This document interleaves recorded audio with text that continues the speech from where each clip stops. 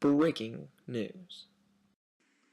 Or not so breaking, considering it's been going on for a long time. Low count on 18 to 24-year-olds turning up for federal and provincial elections. Easy to see on this graph over here from the latest polls from 2011 federal elections. We only have about 39% of 18 to 24-year-olds coming around to vote. What's up with that? And on this graph taken from 2013 BC provincial elections, 18 to 24-year-olds are coming up even less than 75 and onward-year-olds by nearly 100,000 difference. Here are some of the most common reasons: being out of town, forgetting to vote, being uninterested, being too busy, and others. Too many excuses on here that are just wrong. Firstly, if being on a recent trip out of town is your excuse, you've probably never heard of advanced polling, which means you can vote ahead of time from 7 to 10 days before the election. Also, if your work or school is somehow getting in the way, know that it is absolutely illegal for your boss and teachers to keep you from voting on election day for any reason. Next up, forgetting to vote. Do you live under a freaking rock? It's all over the media, computers, television, and those hundreds of signs stuck in the grass around town.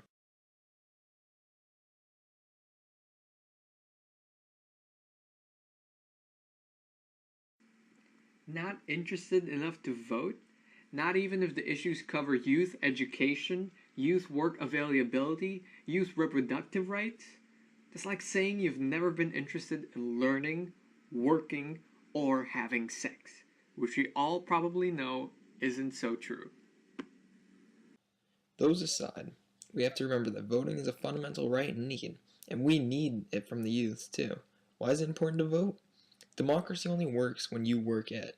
It's easy to think your vote won't have much of a difference, especially with most of the political media usually overlooking the youth to impress everyone else, but imagine if everyone thought the same way. The youth will have no say in politics and no voice in the issues. Issues like youth education funding, employment and job training, youth healthcare, reproductive rights, we will have no say in the laws or policies regarding what we learn in schools, how we learn to work and working itself, how much should be spent on our health benefits, and yes, whether or not we could even make babies. With your vote and a few other youths, the collaborative voice of all of us, we could make some serious change. Now that you know why it's important to vote, let's get down how to register. To be eligible to register for the provincial elections, you need to be a Canadian citizen, be at least 18 years or older, and have lived in BC for the past 6 months.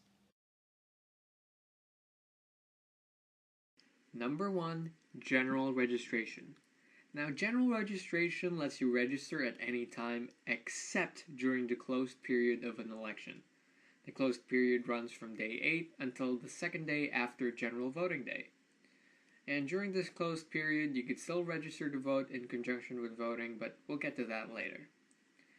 To register during a general registration, you must complete an application to register or update a provincial voter registration, and there are several ways to do this.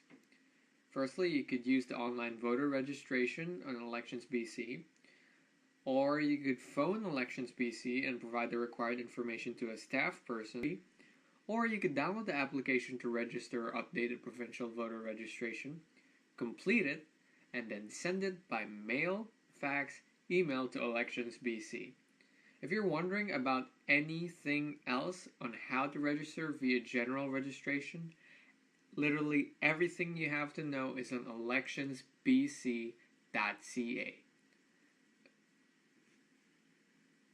You can also register as a voter when you vote during an election. This is called conjunction with voting. If you're not on the voters list or your registration is not up to date, you can register or update when you go to vote. Again, everything's in www.elections.bc.ca.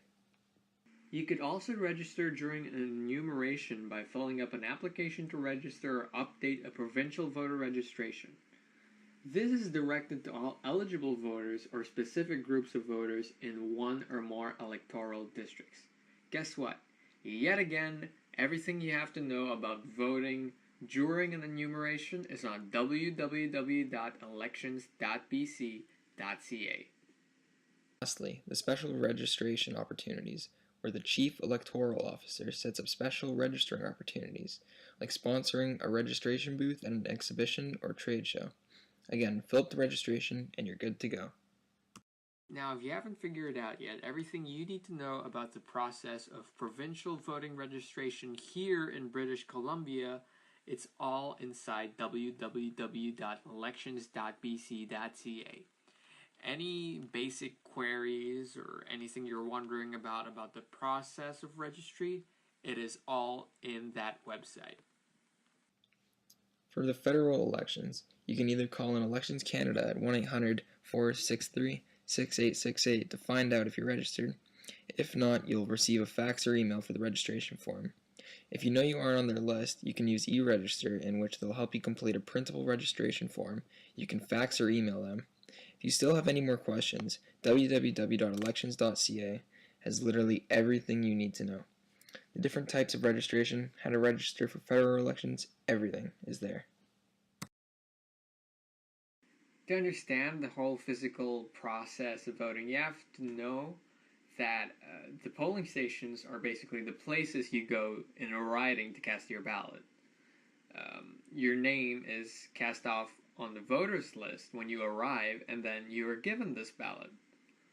That is after you prove your identification by either showing one piece of identification with your name and another with your name and address, or you can show two pieces with your name and have some attest to your address.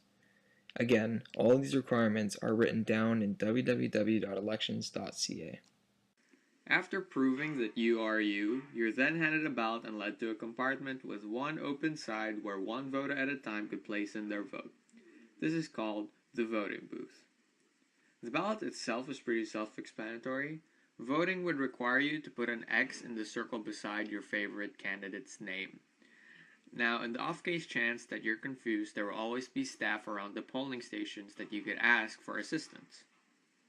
So now you know the basic statistics and why we, the youth, need to vote, the whole voting and registry process, and where to find information on them. It's good to be informed in what issues are actually going on right now.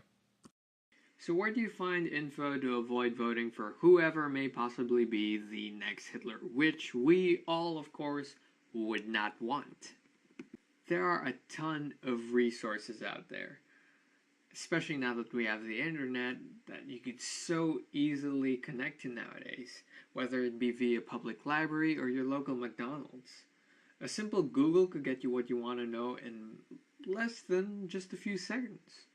Finding out about the current political issues are as easy as clicking a few buttons.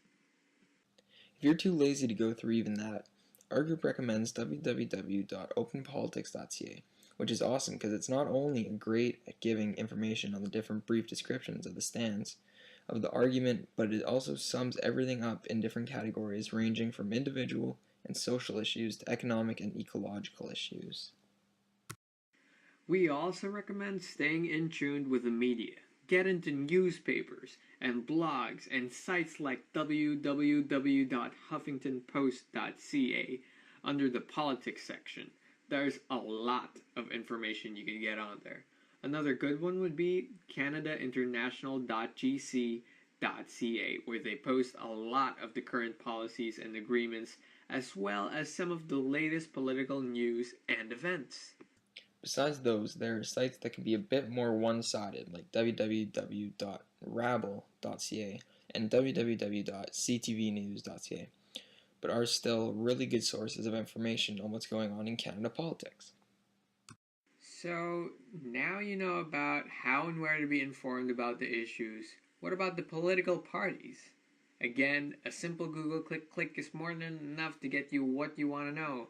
But we do know some pretty good sites that have pretty much about anything you need to know, or at least the basics. www.parle.gc.ca is great for if you want to know how all the parties are doing, who's getting more seats in the House of Commons, and who's being left out. www.elections.ca is great for when you want to find out more about the standings of each political party.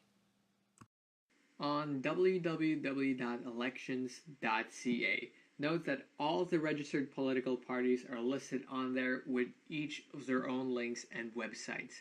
It's in these websites that you could find out more about each one, what their values and actions are, their ultimate purpose, basically what their political party platform is based off of. All in all, we covered the statistics, why young voters don't vote, why they should, how to register for provincial and federal elections, the voting process, as well as where to find info on political parties, their platforms, and the issues. Now, I don't know about you, but I care about when I could work and how much I make. I care about how much is spent on my education and what I learn. I care about when I could drive and when I can drink. I care about me, so I care about voting.